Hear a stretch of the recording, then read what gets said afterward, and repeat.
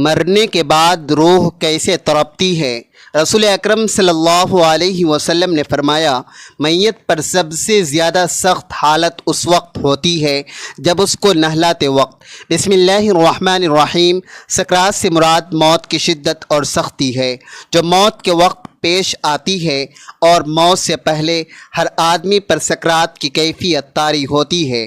بعض وقت سکرات کا اثر اور نشانی اس پر ظاہر بھی ہوتا ہے، اور کسی کو اس شدت کے اثر سے پیشانی پر پسینہ بھی آ جاتا ہے۔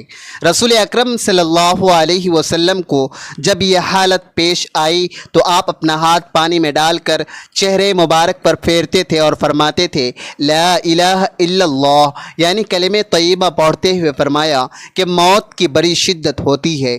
نزا اس تکلیف کا نام ہے جو صرف روح پر اترتی ہے اور تمام اعضاء کو گھیر لیتی ہے، حتیٰ کہ بدن میں روح کے جتنے اعضاء ہیں ان سب کو درد محسوس ہوتا ہے۔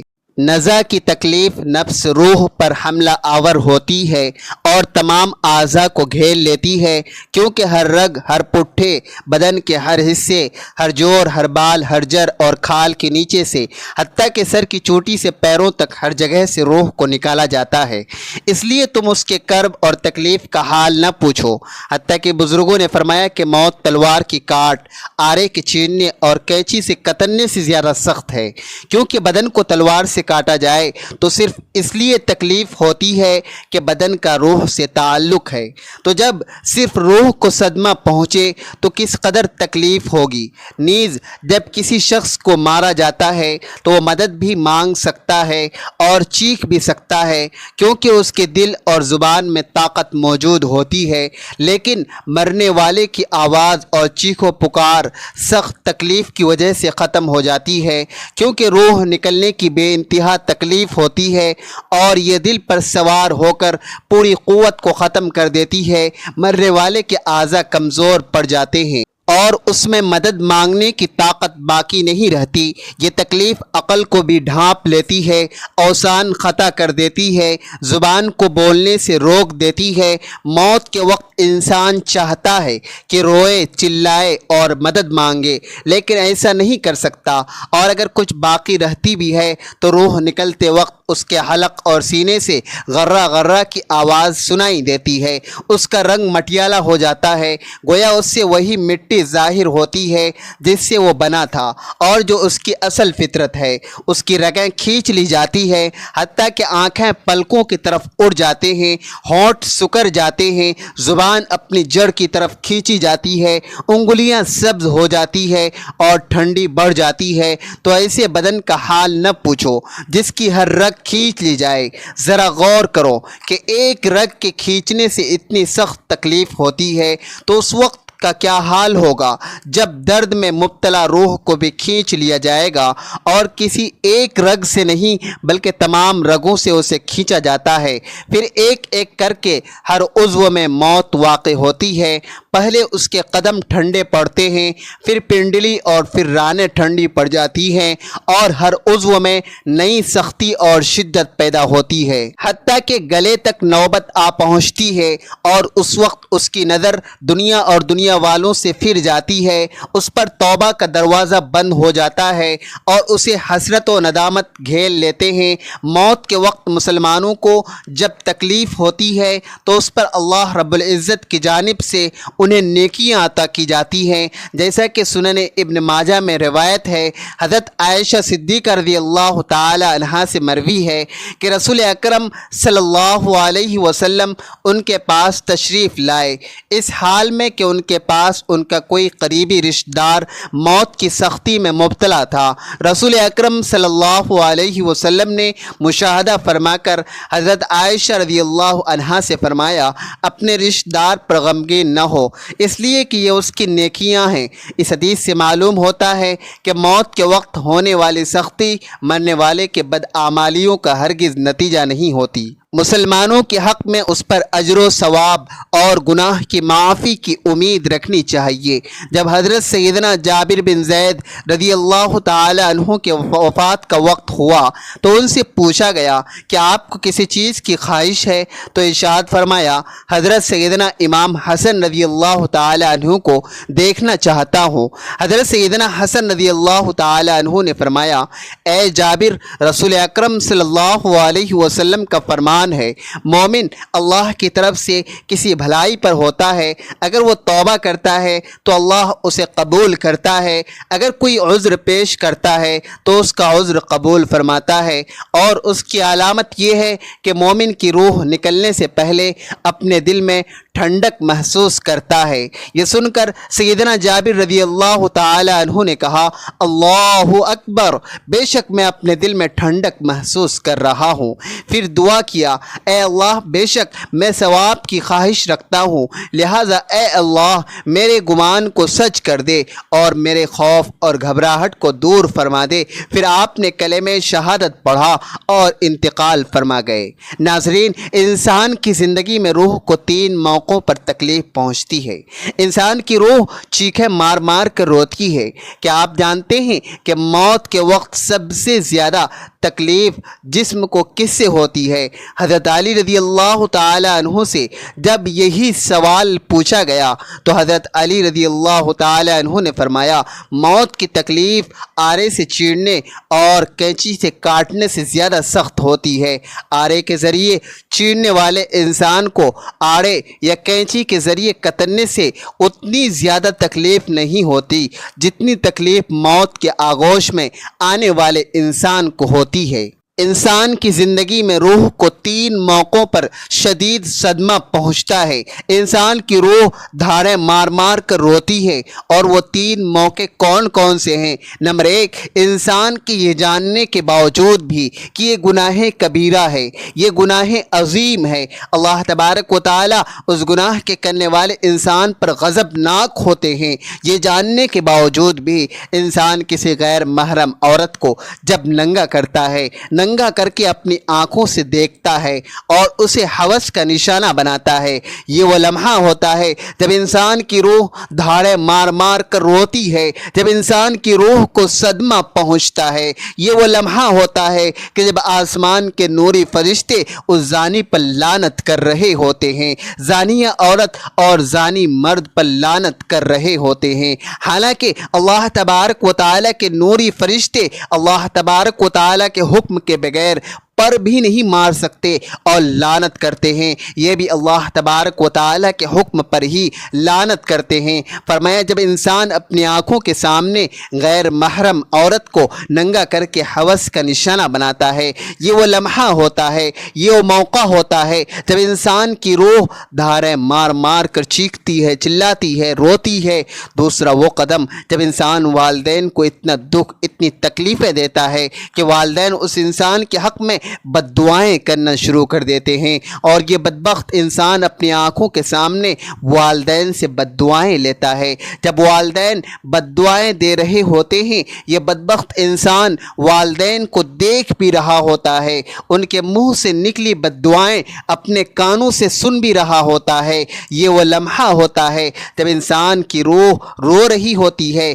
تیسرا موقع جب موت کا فرشتہ حضرت عزرائیل علیہ السلام انسان کی روح کو جسم سے الگ کرتے ہیں، انسان کی روح جسم سے کھینچ کر باہر نکالے جاتے ہیں۔ ظاہر ہے کہ روح کا جسم سے گہرا تعلق ہے، تو جب یہ دونوں الگ الگ ہوتے ہیں تو ان کو گہرا صدمہ بھی پہنچتا ہے۔ انسان کے جسم پر چھوٹا سا کانٹا لگ جائے تو انسان کو کتنی تکلیف ہوتی ہے، چھوٹی سی چوٹ لگ جائے تو انسان کو کتنی تکلیف ہوتی ہے، تو جب روح کو تکلیف پہنچے، جب روح کو صدمہ پہنچے تو اس وقت انسان کو کتنی تکلیف ہوتی ہوگی۔ حضرت حکیم لقمان سے پوچھا گیا، حضرت موت کے وقت جسم کا وہ کون سا حصہ ہے جس کو سب سے زیادہ تکلیف ہوتی ہے، سب سے زیادہ صدمہ پہنچتا ہے؟ حضرت حکیم لقمان نے فرمایا، انسان کے وجود کا وہ حصہ جس کا روح کے ساتھ گہرا تعلق ہے، اس حصے کو بہت ہی زیادہ تکلیف ہوتی ہے۔ پوچھا گیا، حضرت وہ کون سا حصہ ہے جس کا انسان کی روح کے ساتھ گہرا تعلق ہے؟ حضرت حکیم لقمان نے فرمایا، اس حصوں کو انسان کے وجود کا مرکز کہا جاتا ہے۔ یہ وہ حصہ ہے جو روح کے بغیر زندہ نہیں رہ سکتا۔ جیسے ہی روح جسم کو الوداع کہتی ہے، دل بھی کام کرنا چھوڑ دیتا ہے، اور جب یہ دونوں ایک دوسرے سے الگ ہو رہے ہوتے ہیں، دونوں تکلیف میں ہوتے ہیں، دونوں کا درد انسان کا وجود برداشت نہیں کر پاتا۔ مرتے وقت ناخنوں کے درد کو بھی انسان محسوس کرتا ہے، بالوں کے درد کو بھی انسان محسوس کرتا ہے، حالانکہ یہ وہ حصہ ہے جس کے کاٹنے سے انسان کو تکلیف نہیں ہوتی، لیکن موت کے وقت ان کی تکلیف انسان محسوس کرے گا۔ تو فرمایا، موت کے وقت سب سے زیادہ تکلیف دل کو ہوگی۔ فرمایا، اس دل کو پاک کر لو، اس دل کو پتھر نہ بناؤ، اس دل کو نرم کر لو۔ آپ صلی اللہ علیہ وسلم سے پوچھا گیا، اگر دل پتھر بن جائے تو ان پتھر دل کو نرم کیسے کیا جائے؟ آپ نے فرمایا، پتھر دلوں کو نرم کرنے کا ایک ہی نسخہ ہے، وہ ہے مسکینوں کو کھانا کھلانا، یتیموں کے سر پر شفقت بھرا ہاتھ رکھنا۔ مسکینوں کو کھانا تم کھلاؤ، تمہارے دلوں کو نرم میرا اللہ کرے گا۔ انسان اپنی زندگی میں بہت سے کام کاج اپنی لذت یا خواہش کو پورا کرنے کے لیے کرتا ہے، جس کی وجہ سے یا تو اس کا پیسہ برباد ہوتا ہے یا صحت برباد ہوتی ہے۔ موت کو یاد رکھنے والے کی خواہشات کم ہوتی ہے۔ اس کے بارے میں نبی پاک صلی اللہ علیہ وسلم نے فرمایا، لذتوں کو ختم کرنے والی موت کو کثرت سے یاد کرو۔ بارگاہ رسالت میں عرض کیا گیا، کون سا مومن زیادہ عقل مند ہے؟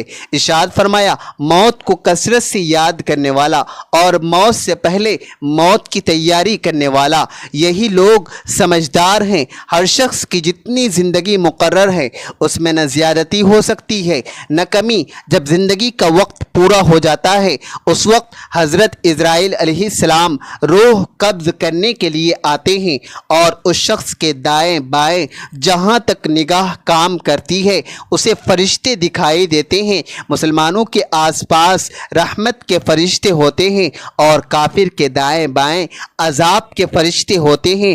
روایتوں میں آتا ہے تقریباً 500 فرشتے ہوتے ہیں، اور اس وقت ہر شخص پر اسلام کی حقانیت آفتاب سے زیادہ روشن ہو جاتی ہے، مگر اس وقت کا ایمان معتبر نہیں، اس لیے کہ حکم ایمان بالغیب کا ہے، اور اب غیب نہ رہا بلکہ یہ چیزیں مشاہدہ ہوگی۔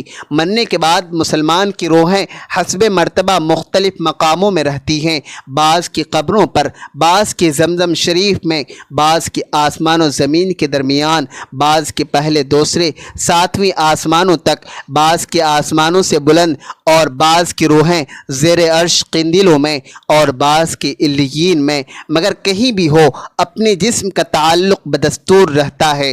اس کے اقارب جو قبر پر آتا ہے وہ اسے دیکھتے ہیں، پہچانتے ہیں، اس کی بات سنتے ہیں۔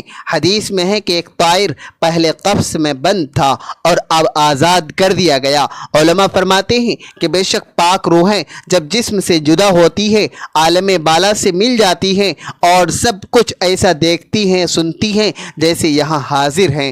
حدیث میں فرمایا گیا ہے کہ مومن میت آئے اس کی راہ کھول دی جاتی ہے، جہاں دل چاہے جائے۔ مردہ کلام بھی کرتا ہے، اور اس کے کلام کو جن اور انس کے سوا تمام حیوانات وغیرہ سنتے بھی ہیں۔ جب مردے کو قبر میں دفن کرتے ہیں، اس وقت اس کو قبر دباتی ہے۔ اگر وہ مومن ہے تو اس کا دبانا ایسا ہوتا ہے کہ جیسے ماں پیار کرتی ہے، اور اگر وہ کافر ہے تو اس کو اتنے زور سے دباتی ہے کہ ادھر کی پسلیاں ادھر اور ادھر کی پسلیاں ادھر ہو جاتی ہیں۔ جب دفن کرنے والے دفن کر کے وہاں سے چلے جاتے ہیں تو ان کے جوتوں کی آواز سنتا ہے۔ اس وقت اس کے پاس 2 فرشتے اپنے دانتوں سے زمین کو چیرتے ہوئے آتے ہیں، اور نہایت سختی کے ساتھ، سخت آواز میں سوال کرتے ہیں۔ پہلا سوال تیرا رب کون ہے، دوسرا سوال تیرا دین کیا ہے، تیسرا سوال ان کے بارے میں تو کیا کہتا ہے۔ اگر بندہ مومن ہے تو پہلے سوال کا جواب دے گا میرا رب اللہ ہے، اور دوسرے کا جواب دے گا میرا دین اسلام ہے، تیسرے کا جواب دے گا وہ تو رسول اکرم صلی اللہ علیہ وسلم ہیں۔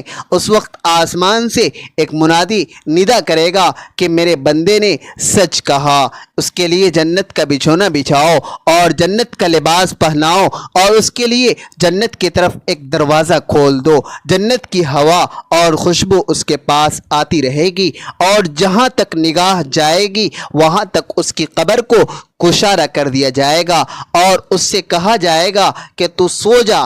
پہلے اس کے بائیں ہاتھ کی طرف جہنم کی کھڑکی کھولیں گے جس سے گرم ہوا اور سخت بدبو آئے گی، پھر وہ بند کر دیں گے۔ اس کے بعد دائیں طرف سے جنت کی کھڑکی کھولیں گے اور اسے کہا جائے گا کہ اگر تو ان سوالوں کا صحیح جواب نہ دیتا تو تیرے واسطے وہ تھی اور اب یہ ہے، تاکہ وہ اپنے رب کی نعمتوں کی قدر جانے کہ کیسے بلائے عظیم سے بچا کر کیسی نعمت عظمیٰ عطا فرمائیں۔ اگر مردہ منکر ہے تو سب سوالوں کے جواب میں یہ کہے گا کہ افسوس، مجھے تو کچھ معلوم نہیں، میں لوگوں کو کہتے سنتا تھا، خود بھی کہتا تھا۔ اس وقت ایک پکارنے والا آسمان سے پکارے گا کہ یہ جھوٹا ہے، اس کے لیے آگ کا بچھونا بچھاؤ اور آگ کا لباس پہناؤ اور جہنم کی طرف ایک دروازہ کھول دو۔ پھر اس کو گرمی کی شدت پہنچے گی اور اس پر عذاب دینے کے لیے دو فرشتے مقرر ہوں گے جو اندھے اور بہرے ہوں گے، ان کے ساتھ لوہے کا گرز ہوگا جو پہاڑ پر اگر مارا جائے تو خاک ہو جائے۔ وہ فرشتے اس ہتھوڑے سے اس کو مارتے رہیں گے، سانپ اور بچھو سے عذاب پہنچاتے رہیں گے۔ نبی اکرم صلی اللہ علیہ وسلم نے فرمایا موت کو کثرت سے یاد کیا کرو کیونکہ وہ گناہوں کو زائل کرتی ہے اور دنیا سے بے رغبتی پیدا کرتی ہے۔ سیدنا حسن بصری رحمۃ اللہ علیہ فرماتے ہیں کہ جس نے موت کی یاد دل میں بسا لی تو دنیا کی ساری مصیبتیں اس پر آسان ہو جائے گی۔ ایک خاتون ام المؤمنین حضرت عائشہ صدیقہ رضی اللہ تعالی عنہ کی بارگاہ میں دل کی سختی کی شکایت لے کر حاضر ہوئی تو آپ نے فرمایا موت کو کثرت سے یاد کیا کرو، تمہارا دل نرم ہو جائے گا۔ ناظرین، حضور اکرم صلی اللہ علیہ وسلم نے فرمایا موت کے بعد روح میت کو کیسے پکارتی ہے، میت کو سب سے زیادہ درد کب ہوتا ہے، مرنے کے بعد کا منظر کیسا ہوتا ہے۔ حضرت زید سے روایت ہے کہ نبی کریم صلی اللہ علیہ وسلم نے فرمایا کہ میت پر سب سے زیادہ سخت حالت اس وقت ہوتی ہے جب غسل دینے والا اس کو غسل دلانے کے لیے آتا ہے، اس کی انگلی سے انگوٹھی اتارتا ہے، جسم سے لباس اتارتا ہے، سر سے عمامہ جدا کرتا ہے، اس کی روح بے چین ہو کر فریاد کرتی ہے جس کی آواز جن و انس کے سوا سب سنتے ہیں، اور کہتی ہے اے نہلانے والے، تجھ کو خدا کی قسم میرے کپڑے بہت نرمی سے اتارو کیونکہ ملک الموت کے پنجے کی تکلیف سے مجھے پوری طرح ابھی آرام نہیں ملا ہے۔ جب اس کو تختے پر لٹا کر اس پر پانی ڈالا جاتا ہے تو وہ چلاتی ہے اے نہلانے والے، تجھے خدا کی قسم مجھے آرام سے ہاتھ لگاؤ کہ میں جاکونی کی سختی سے زخمی ہوں، چور چور ہوں۔ جب نہلا کر اس کو کفن پہناتے ہیں اور پاؤں کی طرف سے باندھ دیتے ہیں تو روح کہتی ہے اے غسل دینے والے، خدا کے لیے آپ میرے سر کی طرف سے میرے کفن میں گرہ نہ لگانا تاکہ میری بیوی بچوں اور تمام رشتہ دار دنیا میں آخری بار میری صورت دیکھ لیں، کیونکہ آج میں یہاں سے جا رہا ہوں اور اب قیامت تک یہ میری صورت نہیں دیکھیں گے۔ پھر جب اس کا جنازہ تیار کر کے گھر سے باہر نکالا جاتا ہے تو روح پکارتی ہے اے جنازہ اٹھانے والوں، خدا کے واسطے ابھی جلدی نہ کرنا تاکہ میں اپنے بال بچوں اور عزیز و اقارب سے رخصت ہو لوں۔ اے جنازہ اٹھانے والوں، میں اپنی اولاد کو آج یتیم اور بیوی کو بیوہ چھوڑے جاتا ہوں، خدا کے واسطے میرے بعد ان کو تکلیف نہ دینا۔ میں اپنے گھر اور مال و اسباب دوسروں کے لیے چھوڑے جاتا ہوں، اب یہاں کبھی واپس نہیں آؤں گا۔ قیامت تک کسی کی صورت نہ دیکھوں گا۔ پھر جب جنازہ اٹھا کر لوگ چلتے ہیں تو میت کہتی ہے، اے میرے بھائیوں، میں نے آج تک جو کچھ مال و اسباب جمع کیا تھا وہ صرف وارثوں کے لیے تھا۔ آج ان میں سے کوئی میرے گناہوں کا ذرا سا بوجھ نہیں اٹھا سکا۔ ہر چیز کا حساب مجھ سے لیا جائے گا اور میرے ورثہ اسے کھائیں گے اور اڑائیں گے۔ پھر جب نماز جنازہ کے بعد دفن سے پہلے کچھ لوگ اپنے اپنے گھر جانے لگیں گے تو میت کہتی ہے، اے میرے بھائیوں، خدا کے واسطے ابھی یہ ظلم نہ کرو، مرنے والا تو ان سے مانوس تھا اور تم دفن سے پہلے لوٹے جا رہے ہو۔ پھر جب اسے قبر میں اتارا جاتا ہے تو میت کہتی ہے، اے میرے وارثوں، آج تک میں نے جو کچھ مال جمع کیا تھا وہ سب تمہارے لیے چھوڑا، خدا کے لیے تو مجھ کو دعائے خیر اور قرآن خوانی سے بھلا نہ دینا۔ دوستو، آخرت کی منزلوں میں سے قبر پہلی منزل ہے۔ اگر اس منزل میں نجات پائی تو اس کے بعد کی منزلیں بہت آسان ہو جائیں گی، اور اگر یہاں عذاب میں مبتلا ہوا تو آگے چل کر اس سے زیادہ سختی ہوگی۔ حدیث شریف میں ہے کہ مردہ قبر میں ایسا ہے جیسا کوئی شخص پانی میں ڈوب رہا ہو اور مدد کے لیے فریاد کرتا ہو۔ مردہ ہر وقت اپنے ماں باپ، بھائی بہن اور دوستوں وغیرہ سے دعائے خیر اور فاتحہ کا منتظر رہتا ہے۔ جب اس کو اس کے پسماندگان کی طرف سے کوئی تحفہ ثواب میں ملتا ہے تو اس کے لیے تمام دنیا اور جو کچھ دنیا میں ہے اس سے محبوب اور مرغوب ہوتا ہے، اور اللہ تبارک و تعالی اس کے رشتہ داروں کی دعائیں خیر کے ثواب کو قبرستان والوں پر پہاڑوں کے برابر داخل فرماتا ہے۔ موت ایک دروازہ ہے جس میں سب لوگوں کو داخل ہونا ہے۔ حضرت عثمان غنی رضی اللہ تعالی عنہ جب کسی قبر پر جاتے تو اتنا روتے کہ ان کی داڑھی مبارک آنسوں سے تر ہو جاتے۔ ان سے پوچھا جاتا، کیا آپ جنت و جہنم کا تذکرہ کرتے ہیں؟ تو اتنا نہیں روتے، مگر قبر کو دیکھ کر اتنا کیوں روتے ہیں؟ کہنے لگے، رسول اکرم صلی اللہ علیہ وسلم نے فرمایا، قبر آخرت کی منزلوں میں سے پہلی منزل ہے، لہٰذا اگر مرنے والا اس سے نجات پائے تو بعد کے منازل جتنے ہیں اس کے لیے اس سے کہیں زیادہ آسان ہوں گی۔ اگر اس تکلیف سے نجات نہ پائی تو بعد کے مراحل اس سے بھی زیادہ سخت ہوں گے۔ اور فرمایا کہ رسول اکرم صلی اللہ علیہ وسلم کا ارشاد ہے کہ میں نے کبھی کوئی منظر نہیں دیکھا مگر قبر اس سے زیادہ سخت ہے کہ ہمارے لیے ان قبروں میں عبرت ہے۔ دیکھیے، مالدار، فقیر، طاقتور اور کمزور دنیا میں لوٹنے کی خواہش رکھتے ہیں، مال جمع کرنے اور محل بنانے کے لیے نہیں بلکہ اس لیے کہ کاش ہمیں ایک نماز پڑھنے کی مہلت مل جائے، کاش ہمیں ایک دفعہ سبحان اللہ کہنے کی فرصت دے دی جائے۔ لیکن اب ناممکن ہے، اب اعمال نامے لپیٹ دیے جائیں گے، روح جسم سے نکال لی گئی، زندگی کی مہلت ختم ہے۔ اب ہر میت اپنے عمل کے ساتھ قبر میں پڑی ہے۔ ایک حاجت مند حضرت عثمان غنی رضی اللہ تعالی عنہ کے دروازے پر آیا، ابھی اس نے دستک نہ دی تھی کہ حضرت عثمان غنی رضی اللہ تعالی عنہ کی آواز اس کے کان میں پڑی۔ وہ اپنی اہلیہ سے شکایت کر رہے تھے کہ چراغ کی بتی تیل کے زیادہ استعمال کرنے کا سبب بن رہی ہے۔ حاجت مند جو سنا تو وہ سوچتا ہی رہ گیا کہ وہ ایسے شخص سے کیا حاجت پوری کرنے کی توقع کریں جو تیل کے معمولی سی زیادہ خرچ ہونے پر اپنی بیوی کو سرزنش کر رہا ہے۔ اس نے ارادہ کیا کہ حاجت بیان کر کے دیکھتے ہیں، شاید میری کچھ امداد کر ہی دیں۔ دستک سن کر حضرت عثمان غنی رضی اللہ تعالی عنہ باہر آئے۔ حاجت مند نے اپنی حاجت بیان کی اور لہجے میں زیادہ زور دیتے ہوئے کہا کہ ضرورت تو کچھ زیادہ ہی ہے۔ حضرت عثمان غنی رضی اللہ تعالی عنہ اس شخص کا ہاتھ تھاما، بستی سے باہر لے گئے جہاں آپ کا سامان تجارت بڑی تعداد میں رکھا ہوا تھا۔ فرمایا، سب تیری نظر ہے، کیا اس سے تمہاری ضرورت پوری ہو جائیں گی؟ وہ شخص حیران اور ہکا بکا دیکھتا رہ گیا۔ چنانچہ اس نے عرض کیا، حضرت یہ سب کچھ میری ضرورت سے زیادہ ہے۔ امیر المؤمنین نے فرمایا، مجھے خوشی ہے کہ یہ تمہاری ضرورت سے کم نہیں ہے۔